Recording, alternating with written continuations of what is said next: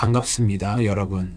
지난 시간 우리는 1971년 리처드 닉슨 대통령이 텔레비전 화면에 등장해 달러와 금의 연결고리를 무참히 끊어버린 역사적인 순간을 함께 목격했습니다. 수천 년간 인류의 불을 지탱해온 금이라는 단단한 닷이 잘려나가고 닉슨 쇼크라는 거대한 폭풍이 몰아치며 전 세계의 화폐가 아무런 실체적 담보가 없는 종이조각, 즉 피아트 머니로 전락해버린 그 절망적인 범죄 현장을 샅샅이 해부했습니다. 그렇다면 여기서 아주 거대하고도 본질적인 질문이 하나 떠오르게 됩니다.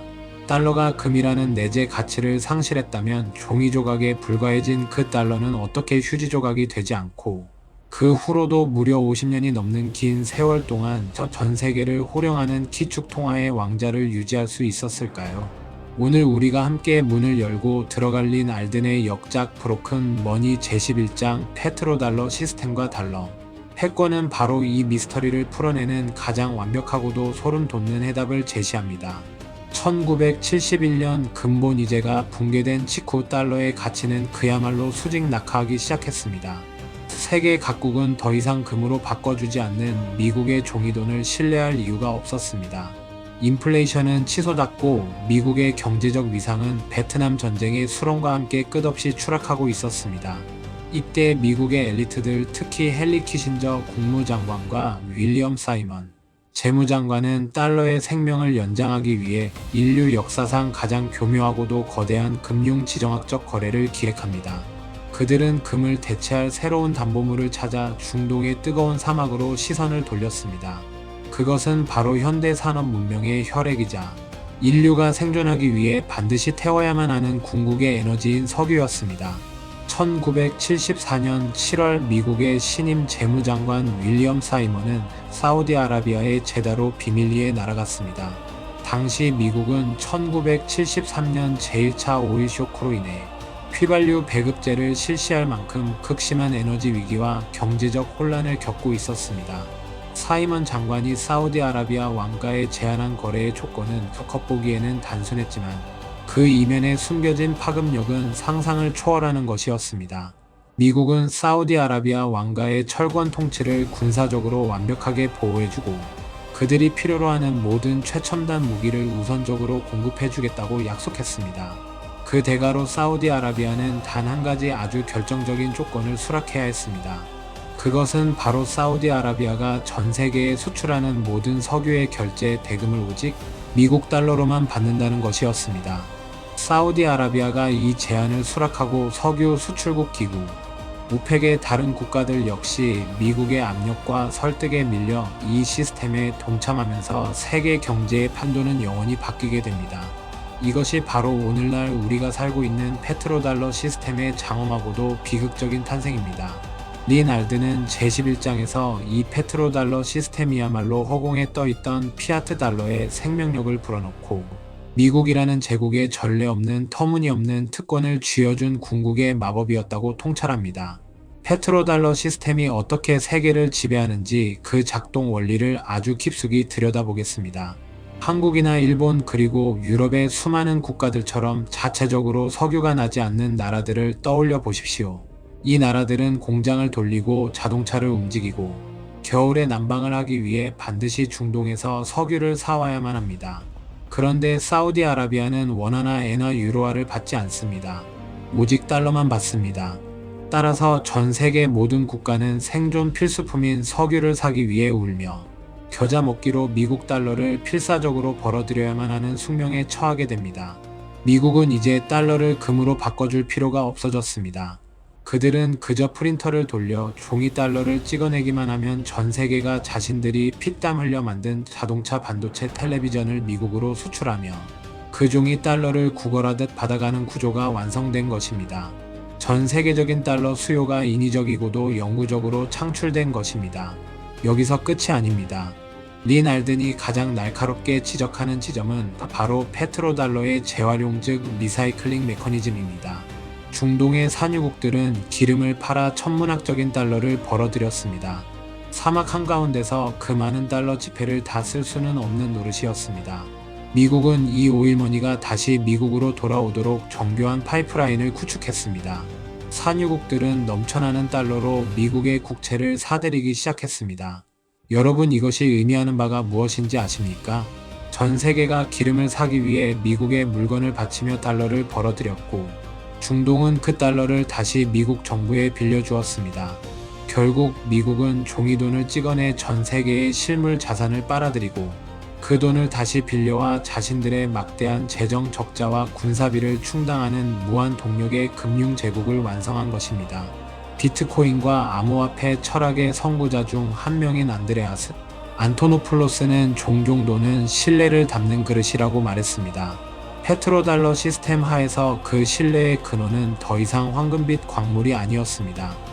그것은 전 세계의 바다를 지배하는 미 해군의 11개 항공모함 전단과 압도적인 군사력이었습니다.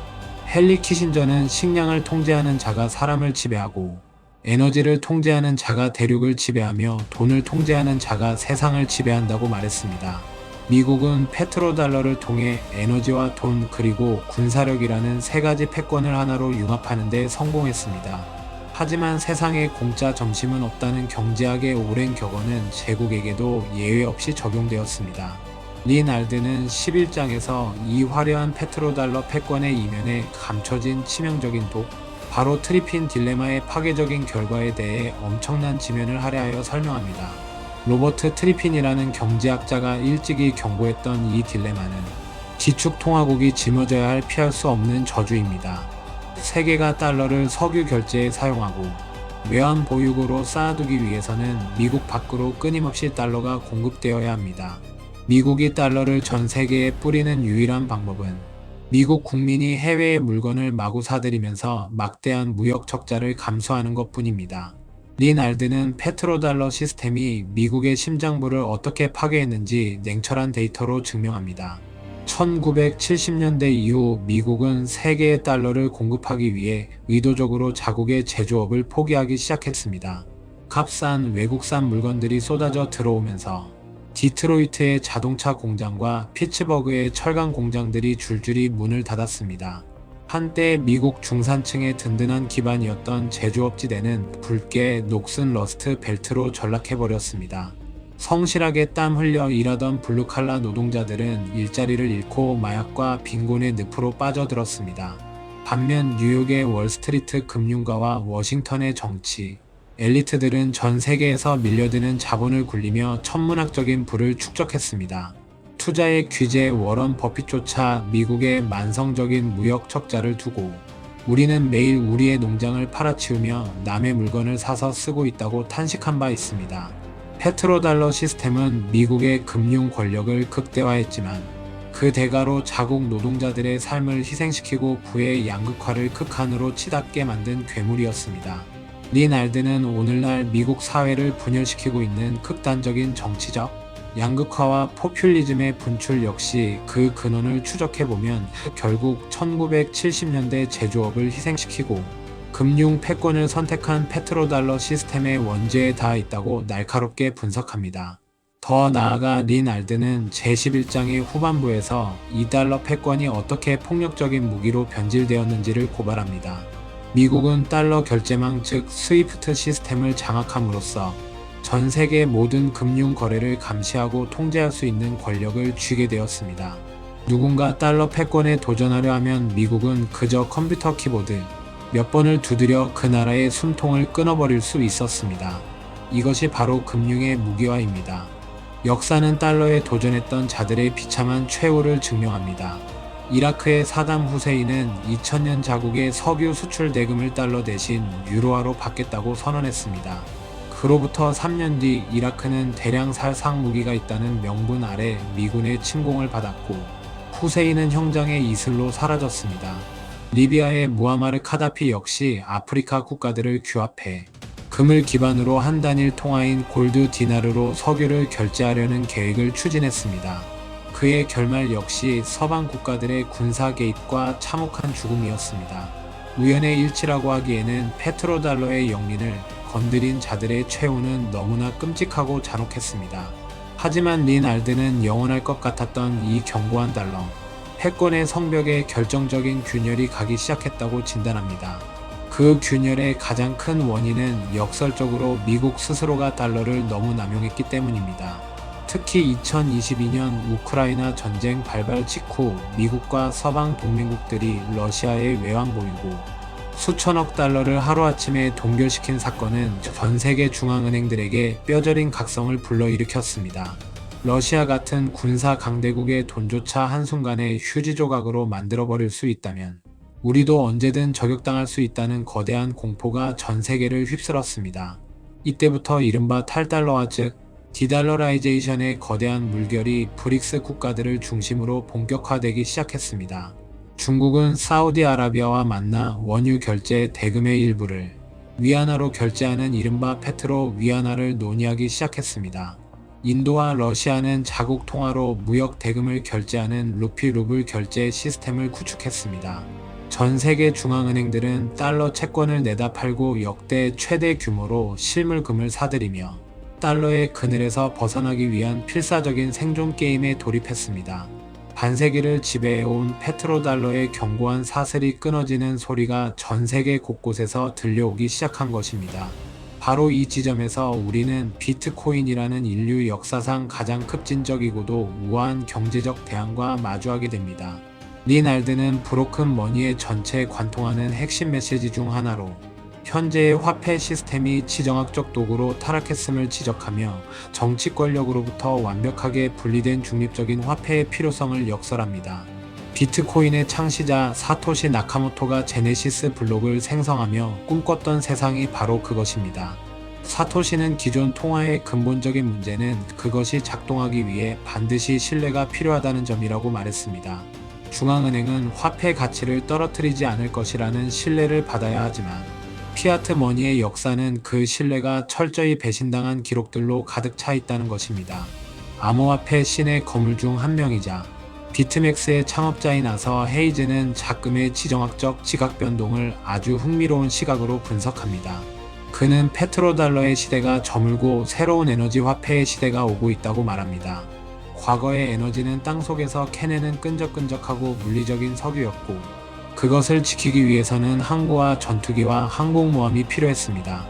하지만 비트코인은 전기 에너지와 컴퓨팅 파워를 암호학적 가치로 변환시킨 순수한 형태의 디지털 에너지입니다. 아서 헤이즈는 각국 정부가 자산을 검열당하고 빼앗길 위험이 있는 달러 대신 그 누구도 통제할 수 없는 중립적 담보물인 비트코인을 향해 움직일 수밖에 없다고 전망합니다.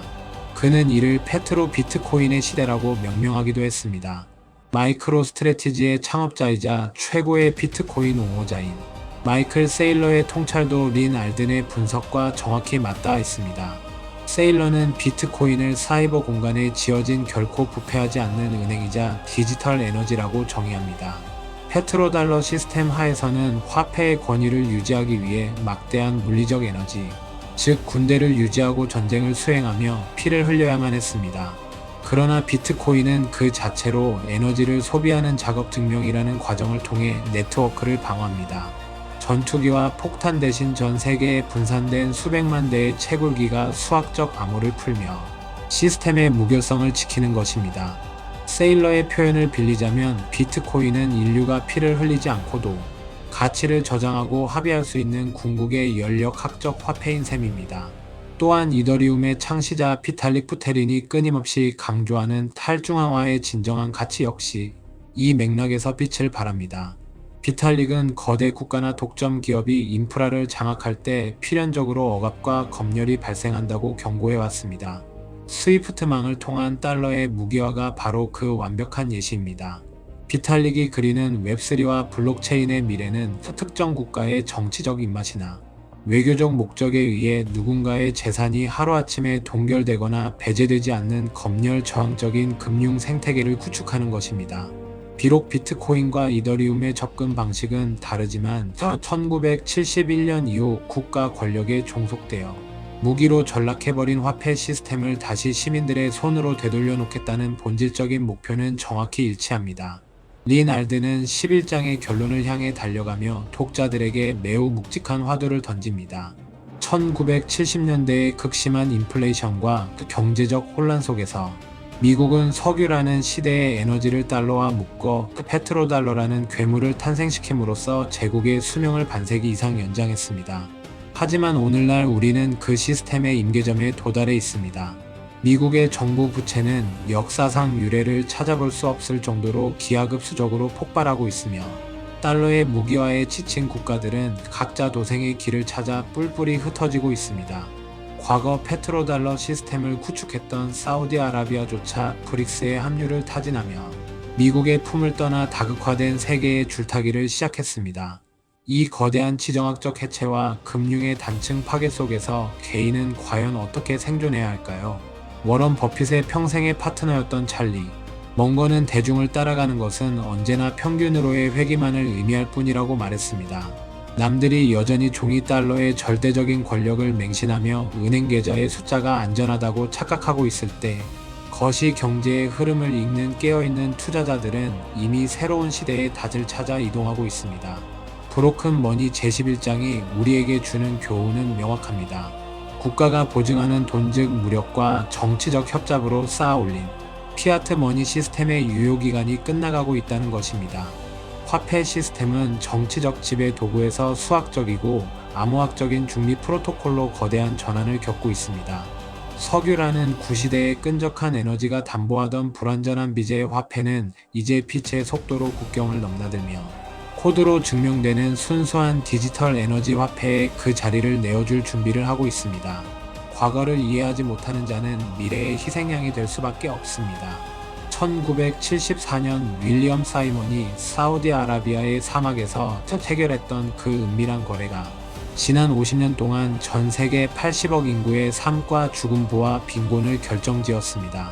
그리고 지금 바로 우리 눈앞에서 그 50년의 질서가 해체되고 새로운 화폐의 역사가 쓰여지고 있습니다. 누군가에게 이 거대한 전환은 자신이 가진 종이 자산이 인플레이션과 지정학적 위기 속에 녹아내리는 공포의 시간이 될 것입니다. 하지만 화폐의 본질을 꿰뚫어보고 비트코인이라는 분산된 진실의 네트워크를 이해하는 자에게 지금 이 순간은 인류 역사상 가장 거대한 부의 이동에 동참할 수 있는 일생일대의 기회가 될 것입니다. 우리는 린 알든의 11장을 통해 달러 패권의 기원과 그 오만함이 불러온 시스템의 균열을 낱낱이 파헤쳤습니다. 무력과 석유에 의존했던 돈은 이제 수명을 다했습니다. 에너지로 뒷받침되지 않는 돈 안. 줌의 정치인들이 밀실에서 찍어내는 돈은 결국 역사의 뒤안길로 사라질 것입니다. 우리는 이 무너져가는 낡은 성체에서 미련을 버리고 수학과 암호학이 지배하는 새로운 디지털 요새로 발걸음을 옮겨야 합니다. 여러분의 부와 자유는 국가의 장부에 기록된 숫자가 아니라 여러분 스스로가 소유하고 통제할 수 있는 검열 저항적인 자산을 가질 때 비로소 안전해집니다. 이 혼돈의 시기달러의 황혼기 속에서 여러분만의 견고한 디지털 방주를 준비하시길 바랍니다. 이 위대한 지적 여정의 끝까지 동행해 주셔서 대단히 감사합니다. 다음 시간에는 이 망가진 시스템 속에서 개인이 겪고 있는 부채의 폭발과 인플레이션의 처절한 현실을 다룬 다음 장으로 여러분을 다시 찾아오겠습니다. 오늘도 함께 공부해 주셔서 감사합니다. 도움이 되셨다면 구독과 좋아요를 부탁드립니다.